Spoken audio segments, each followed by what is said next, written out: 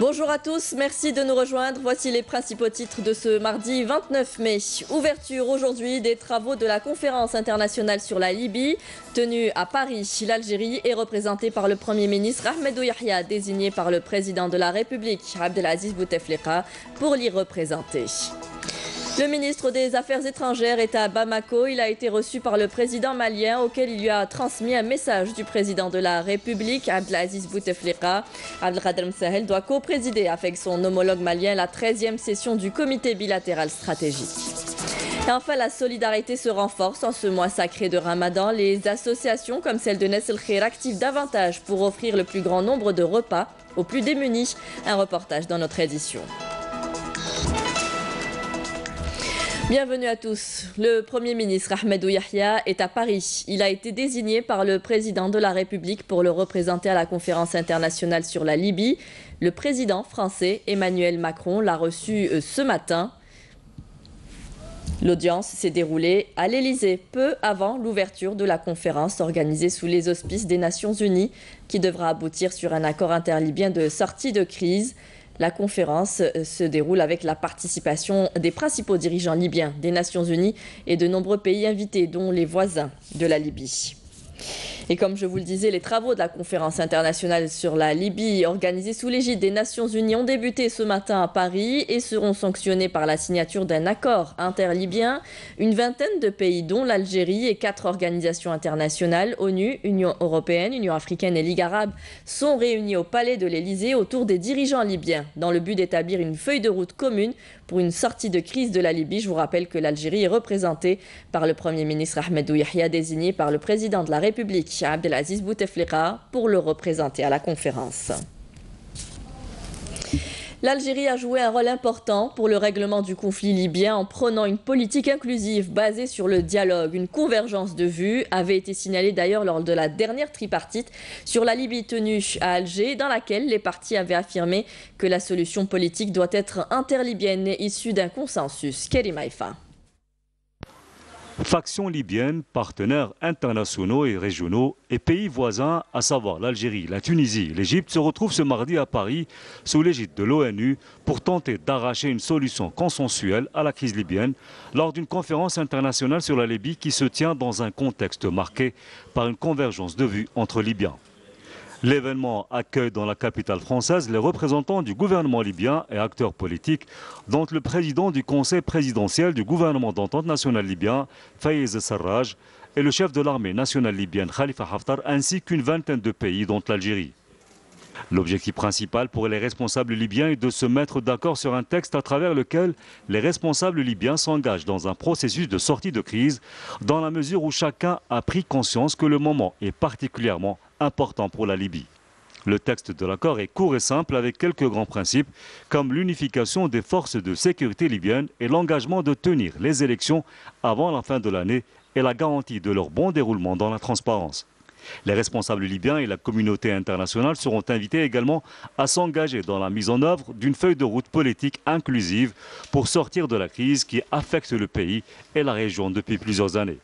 Une politique inclusive toujours prônée par l'Algérie avec un dialogue inclusif, seule et unique option pour parvenir à une solution politique selon la diplomatie algérienne à l'abri des ingérences étrangères. Une démarche partagée d'ailleurs par les responsables libyens. Mercredi dernier, le président du Haut Conseil d'État libyen, Khaled El-Mashri, avait affirmé à Alger que les positions de la majorité des acteurs en Libye sont quasi convergentes avec l'approche algérienne reposant sur le dialogue inclusif entre les différentes parties pour parvenir à une solution politique à la crise que connaît le pays. Récemment encore, un large consensus a été observé parmi les pays voisins de la Libye, à savoir l'Algérie, la Tunisie et l'Égypte, à l'effet que la solution réside dans la mise en œuvre de la feuille de route de l'ONU pour la résolution politique de la crise libyenne.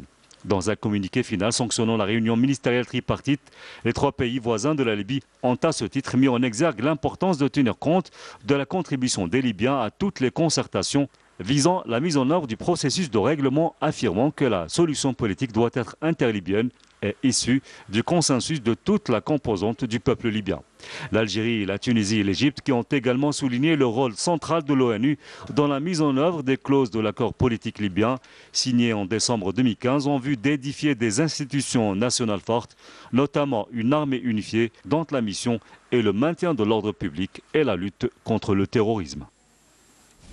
Le ministre des Affaires étrangères est à Bamako. Il effectue une visite de travail de 2 jours. Abdelkader Msahel a été reçu par le président malien Ibrahim Boubacar Keïta. Le ministre des Affaires étrangères a transmis au président Keïta un message de fraternité et de solidarité du président de la République Abdelaziz Bouteflika. Le président malien a à son tour exprimé sa vive gratitude et ses remerciements au chef de l'État pour son engagement personnel dans la résolution de la crise malienne. Je vous propose d'écouter les déclarations du président malien et du ministre des Affaires étrangères Abdelkader Msahel. J'ai été chargé donc de transmettre un message de Monsieur le Président de la République, Abdelaziz Bouteflika, son frère, le président Ibrahim Boubacar Keïta. Donc il m'a fait cet honneur et ça a été pour moi également l'occasion de réitérer toute la disponibilité de l'Algérie, d'aller vers le renforcement, l'élargissement de la coopération qui existe entre nos deux pays.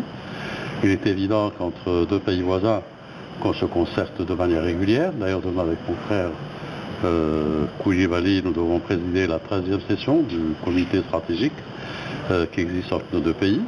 On se réunit de manière régulière pour évoquer les situations de notre région et également donc essayer de faire en sorte que cette coopération soit réellement mise à la disposition d'objectifs qui ont été tracés. Je parle précisément donc de l'accord de paix qui a été signé à Bamako et né du processus d'Alger. Donc on aura l'occasion également avec les gens des Nations Unies et avec le partenaire malien, l'Algérie en tant que président de ce comité de suivi, de faire une évaluation de ce qui a été fait. Mais dans ce jeu, je dois dire que la mise en œuvre est en train de se mettre en place et c'est très important. Ça grâce à l'effort qui est fait par le gouvernement malien, mais également par les parties prenantes et les parties signataires de cet accord. Il y a donc une appropriation qui est en train de se dessiner du processus de mise en œuvre de cet accord. En tant que pays voisin, nous tenons beaucoup donc à la stabilité, à la préservation donc, de l'intégrité territoriale de ce pays, de sa souveraineté.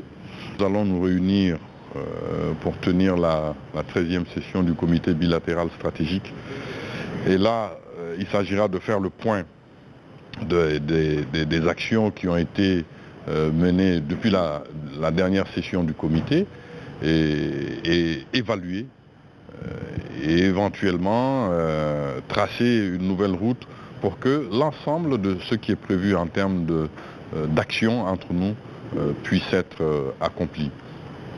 Notre relation avec l'Algérie est une relation importante, pas seulement du fait du voisinage, mais aussi du fait de l'histoire qui lie ces deux États et ces deux peuples. C'est pour cette raison que lors des dernières visites au niveau chef d'État, il a été demandé de renforcer cette coopération qui est si riche déjà en contenu, questions de sécurité, questions militaires, de grandes questions politiques qui nous permettent d'agir ensemble sur le plan international, mais de donner un contenu économique. C'était donc les déclarations du ministre des Affaires étrangères malien Koulibaly et du ministre des Affaires étrangères Abdelkader Msahel. Abdelkader Msahel qui doit co-présider avec son homologue malien la 13e session du comité bilatéral stratégique. 3e jour de la visite de travail et d'inspection du général de corps d'armée Ahmed Gaïd Salah, vice-ministre de la Défense nationale, chef d'état-major de l'armée nationale populaire en 6e région militaire à Tamanrasset.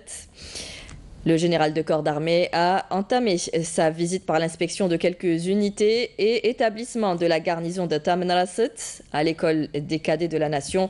Le général de corps d'armée a suivi un exposé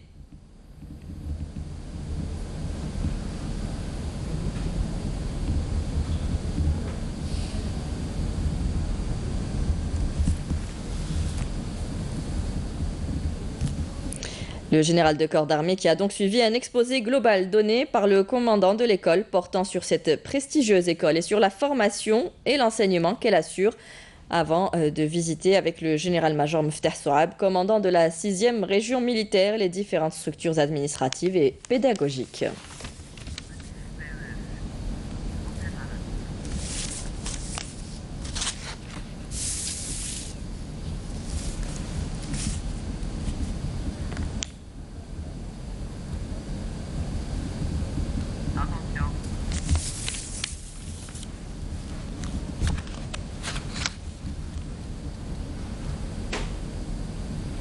Activités parlementaires, Conseil de la Nation, présentation et débat ce mardi autour du projet de loi fixant la liste des fêtes légales. Ce projet de loi a été adopté le 30 avril dernier par les députés de l'Assemblée populaire nationale.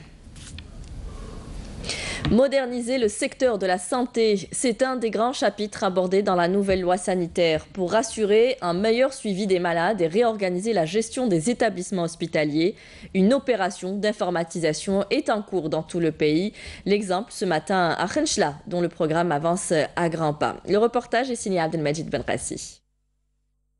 Il vous suffit de venir en consultation une fois dans un des établissements de santé publique de la wilaya de Khenchla pour que votre fiche médicale soit établie par un logiciel du système informatique pour constituer votre dossier médical.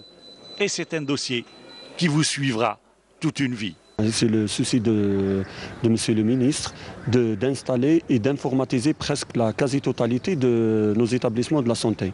Comme vous avez vu, presque la majorité des polycliniques sont actuellement sur réseau et ça nous permet de faciliter la prise en charge du malade, de rapprocher la santé aux citoyens, même dans les zones enclavées. Vous avez vu la nouvelle polyclinique qui a été mise en service il y a presque un mois. On a commencé par les zones enclavées. Les établissements de santé, le grand établissement, le PH Ahmed Ben Bella, chef-lieu, qui sera multiplié en lits dans 2 mois, Inch'Allah. C'est de 120 lits à 240 lits. Le réseau est fonctionnel, opérationnel et même nous sommes en train de lancer le dossier électronique du malade. Le dossier électronique du malade, une excellente chose. Et c'est une avancée considérable dans la gestion rationnelle du système de santé publique. Le malade est bien pris en charge, même même s'il y a une demande d'exploration, une radio, quelque chose d'exploration, le manipulateur transmet immédiatement le résultat le bureau à le médecin consultant. Et là, le médecin peut avoir le cliché sur place, sur écran. Et ce n'est pas la peine de tirer un cliché, sauf s'il y a lieu de prendre le cliché comme une pièce justificative. Les patients ont trouvé une meilleure méthode de rapidité et d'exécution du geste médical. Et pour l'exécution de ce geste médical, quoi de mieux que des médecins formés par l'université algérienne, à l'image de Ihed, un jeune médecin orthopédiste rencontré à l'hôpital central de Khenchla et qui exerce dans le cadre du service civil, un hôpital où il a trouvé tous les moyens pour une bonne prise en charge de ses patients. La spécialité تاعنا cycle تاع résident. On a eu plusieurs postes. J'ai opté pour le PH de Khenchla vu les conditions. درنا شفنا مع الدي اس بي رحنا لا ستركتور شفنا لي مويان اللي كاينين بارابور لا ريجيون كامل سي لوبيتال لو بلوز ايكيبي en matière d'orthopédie. Surtout c'est l'équipe Ahmed Ben Bella. Donc on a opté pour l'endroit vu les conditions de travail. Les moyens de travail constituent une condition sine qua non pour mener à bien cette noble mission. L'Algérie a la capacité de tri de 13 millions de tonnes de déchets par an. La ministre de l'Environnement et des Énergies renouvelables l'a annoncé hier depuis Mostaganem. Elle a insisté sur la nécessité de transformer la gestion des déchets en une opération économique et environnementale coordonnée et harmonieuse. Bouchaboli. Inspectant le centre d'enfouissement technique de la commune de Sour à Mostaganem, la ministre de l'Environnement et des Énergies renouvelables a insisté sur la nécessité de ne pas transformer les SET en décharges et d'en faire des usines en créant un réseau économique de recyclage des produits récupérés ou valorisés. Nous avons la capacité de traiter 13 millions de tonnes de déchets annuellement, dont 6,1 millions de déchets à recycler et à valoriser, pouvant atteindre une valeur de 2 milliards de dollars sur 5 ans. Sachez qu'en 15 ans, 2 milliards de dollars ont été investis dans les infrastructures de base des maisons de l'environnement et dans différentes structures de contrôle. Il s'agit d'assurer la pérennité des tranchées d'enfouissement dont la durée de vie initiale est de 25 ans, mais qui arrivent souvent à saturation au bout de 5 à 10 ans. Réguler le marché dans la wilaya de Tindouf est la mission que se sont fixées les autorités locales. Pour ce faire, un projet de réalisation d'un dépôt est en cours. Le but étant d'approvisionner le marché de produits de large consommation, mais également en fruits et légumes. Hasna Zoubiri. Un dépôt pour denrées alimentaires est en cours de réalisation dans la wilaya de Tindouf. L'objectif est d'alimenter le marché régulièrement de produits de large consommation. Ce terrain a été attribué par le Conseil de participation de l'État en 2011 au profit de la wilaya de Tindouf. Ce projet a pour but d'améliorer les capacités de la wilaya en termes de stockage et de distribution des fruits et légumes notamment. Ce dépôt est construit selon les standards internationaux.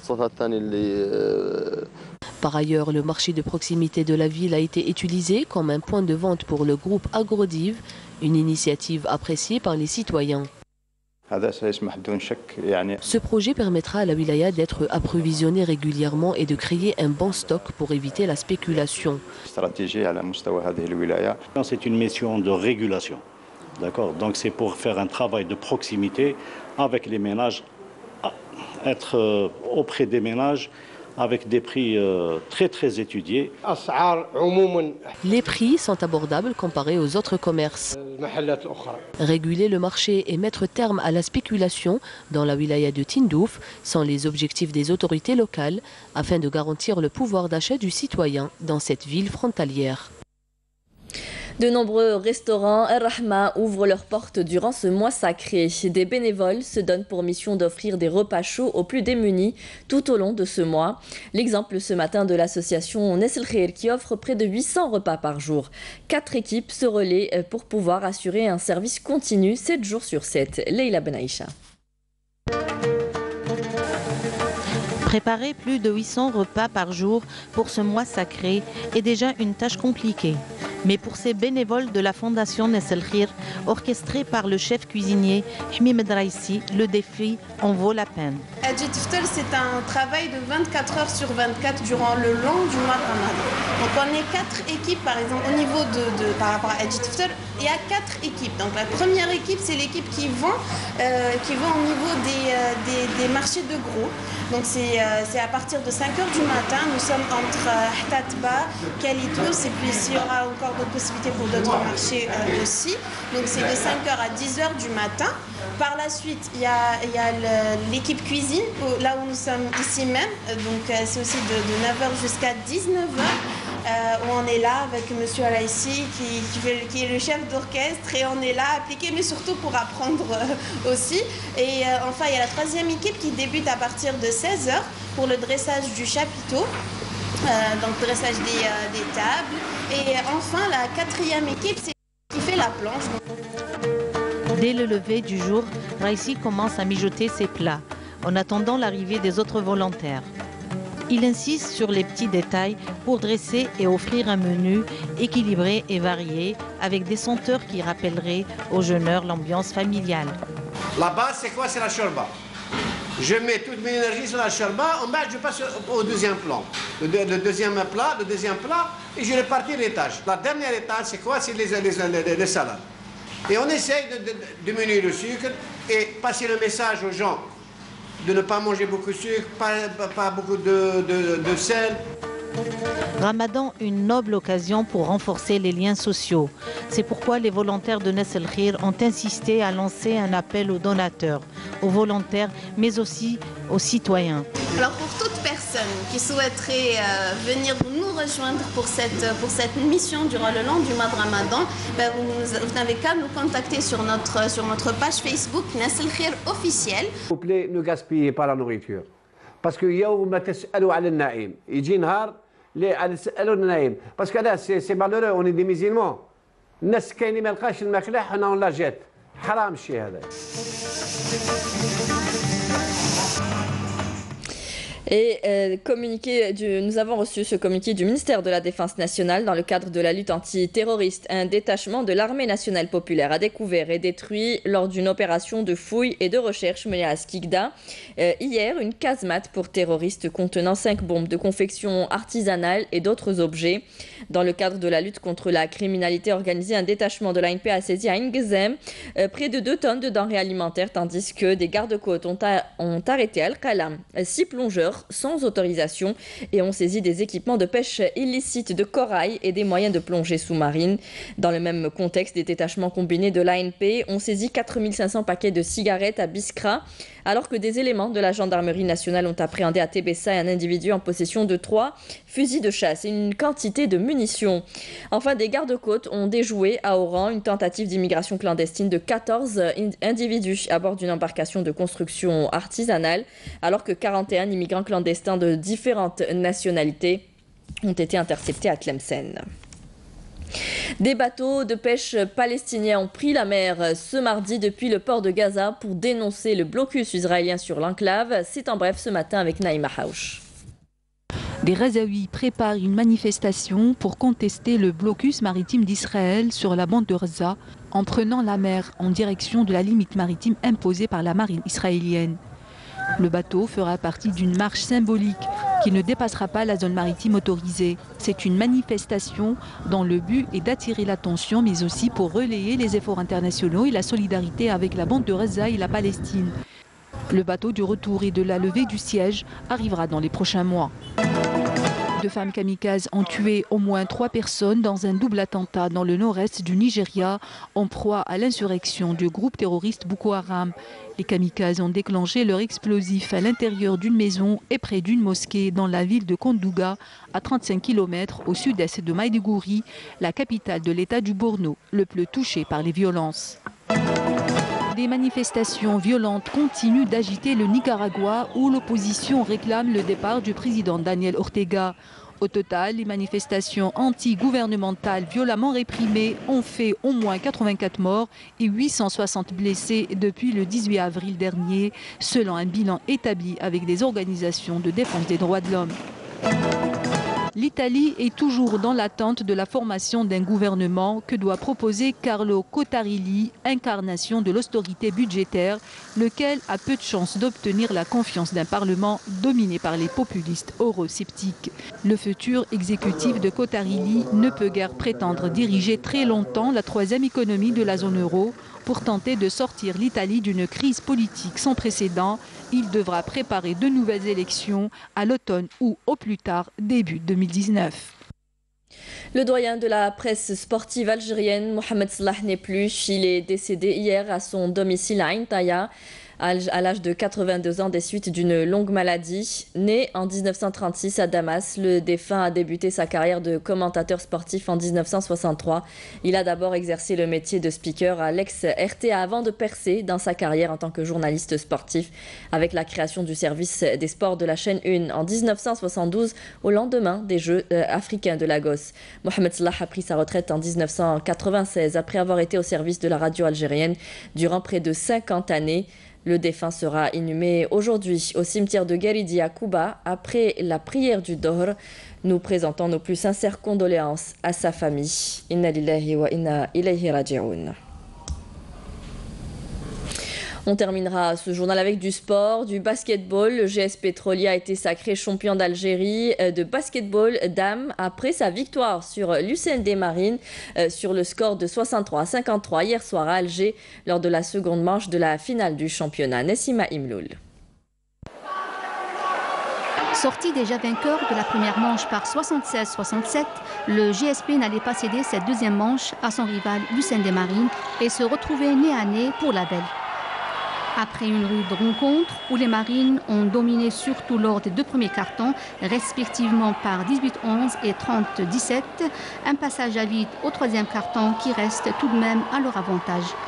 Et c'est au dernier carton que tout est joué, les pétrolières se rattrapent, réduisent l'écart, égalisent et vont mettre tout leur professionnalisme, creusent la marge à leur profit déstabilisent leurs adversaires et terminent victorieuses sur le score de 63-53. طرحنا ديجا في المقابله الاولى عرفنا بلي راح تكون يعني المقابله الثانيه تكون صعيبه خاصه مع فريق الاجديام وين عنده لاعبات يعني ممتازات وخاصه من الناحيه الدفاعيه والحمد لله حنايا يعني اليوم عاودنا رجعنا في الربع الاخير في الخمس دقائق الاخرى هذا رجع يعني للتحضير من بدايه الموسم والحمد لله نهنئ كاع اللاعبات تاعنا وكاع المسؤولين تاع المجمع ونهدي هذا الفوز للعائله تاعي الزوجه تاعي وابني هشام وابني امين وبنتي مريم ان شاء الله وشكرا لكم. Il s'agit donc du 11e titre de champion d'Algérie pour le GSP, dont 2 sous la bannière de l'ex-MCA et le 6e consécutif. Les deux formations devront s'affronter le 8 juin à la salle Harsha pour disputer la finale de Coupe d'Algérie.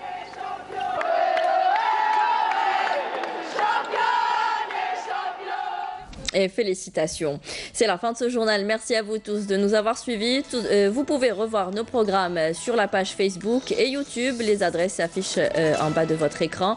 C'est la fin de ce journal. Vous retrouverez tout de suite Amel Laribi pour les prévisions météo et Nadia Medessi pour le journal ce soir à 18h. Très bonne journée à tous. Au revoir.